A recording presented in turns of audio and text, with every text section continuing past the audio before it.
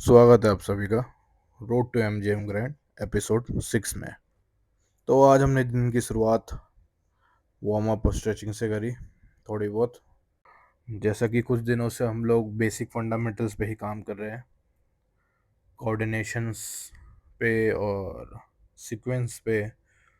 तो अभी उसी चीज़ को कंटिन्यू रख के खुशी का प्रोग्रेस देखेंगे कि वो कितनी स्मूथली चीज़ों को कर पा रही है और मोस्ट इम्पोर्टेंटली समझ पा रही है, क्योंकि करने से पहले समझना आना बहुत ज़रूरी है। मेरा मानना ये है, अगर आप किसी चीज़ को समझ जाओ तो आप किसी भी चीज़ को, मतलब मैं ये नहीं कहूँगा वो इजी हो जाएगी, पर हाँ, एक तरीका आपको पता चल जाता है कि चीज़ें कैसे करनी है।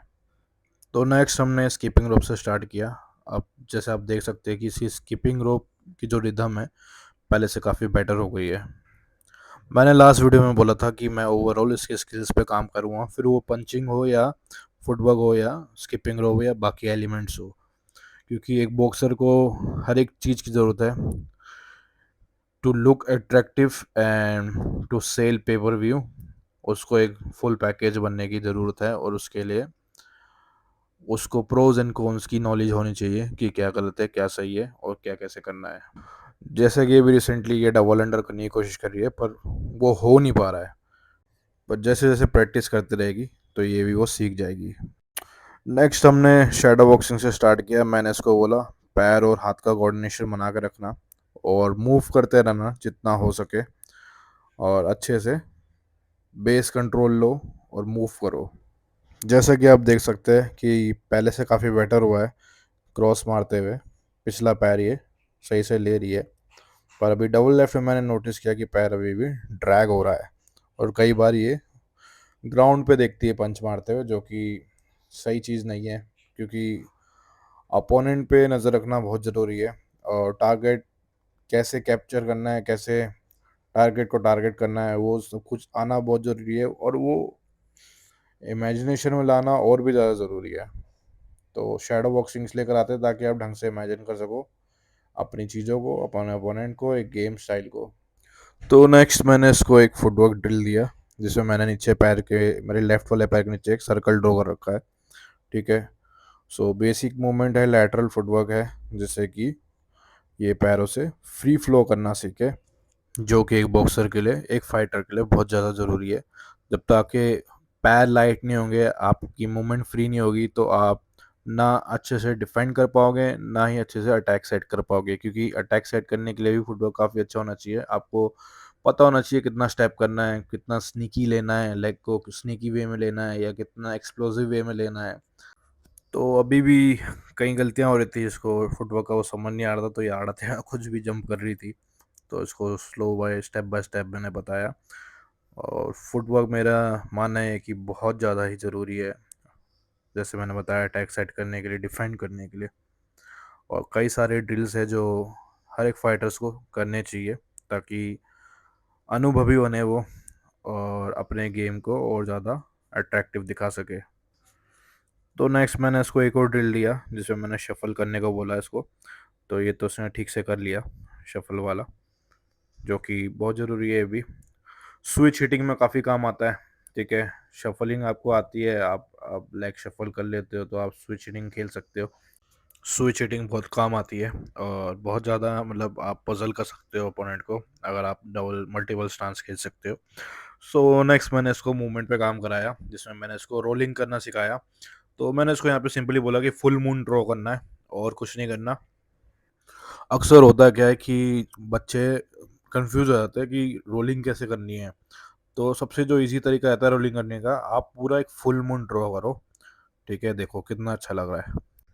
अब यहाँ पे भी दो तरीके होते हैं, एक सिर्फ अपर बॉडी के साथ ड्रॉ करना, एक लोअर बॉडी के साथ ड्रॉ करना। अपर बॉडी के साथ ड्रॉ जो करना होता है वो प्रोफेशनली में ज़्यादा यूज़ कर सकते हैं उसमें, क्योंकि प्रोफेशनल में इतने रूल्स नहीं होते, बट अमेचर में बहुत स्ट्रिक्ट रूल है कि आप अपर बॉडी नहीं झुका सकते, पीठ नहीं झुका सकते, नहीं तो आपको फॉल दे देंगे अमेच्योर में। पर प्रोफेशनल में आप ये सब चीज़ें कर सकते हो, जैसे कई सारे फाइटर्स हैं जो करते हैं।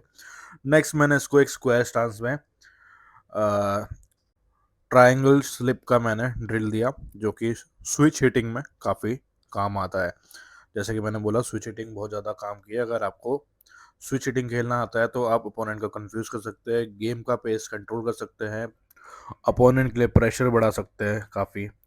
और सडनली स्टांस स्विच करने से सामने वाला भी काफ़ी एकदम शॉक्ड हो जाता है कि अरे अभी लेफ्ट वाला हाथ आ गया था, राइट वाला सडनली आगे आ गया। तो ये मेरा मानना ये है कि आप मल्टी स्टांस खेलना सीखो तो ज़्यादा बेटर है। जैसे आपने काफ़ी सारे फाइटर्स देखे हैं, क्रोफर्ड हो गया, इवन ट्रिपल जी भी आपने उसका जब लूपिंग हुक देखा होगा तो वो डबल जैब जब राइट मारता है तो वो शिफ्ट हो जाता है। इवन माइक टायसन जब अपना सिग्नेचर अपन सेट करता है, राइट बॉडी राइट अपरकट, तो आप देखोगे काफ़ी टाइम वो स्विच कर लेता है अपने स्टांस को। और या मोस्टली मैंने माइक टायसन बॉक्स स्टेप में ही ज़्यादा खेलता है वैसे तो इतना जल्दी सामने वाला पकड़ नहीं पाता कि टायसन साउथ पोजीशन में या ऑर्थोडॉक्स पोजीशन में। यही चीज़ आपको एडवांटेज भी है और मैं कहूँगा डिसएडवांटेज भी है अगर आपको वो चीज़ यूज़ करना नहीं आता ढंग से। मतलब कोई भी चीज़ हो, अगर आपको उसको ढंग से नहीं करना आता तो it can be disadvantage for you, और अच्छे से करना आ जाए तो वो आपके लिए एडवांटेज भी बन सकती है। एंड स्पेशली मेरे को जो मेरे खास फाइटर्स रहते हैं, मेरे को उनको स्विच हिटिंग खिलाना ज़्यादा पसंद आता है। मतलब जो मैं सोचता हूँ कि मल्टी टैलेंटेड है या जल्दी अडेप्ट करते तो मैं उनको स्विच हिटिंग सिखाना पसंद करता हूँ।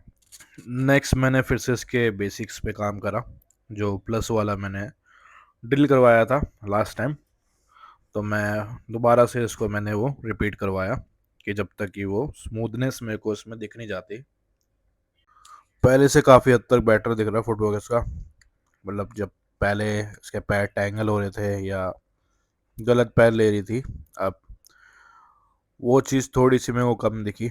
थोड़ा सा मेरे को लगता है अभी भी जब ये पैर ले रही है साइड में तो पीछे वाला पैर ज़्यादा खींच ले रही है, तो मेरे को थोड़ा उस पर काम करना है अभी।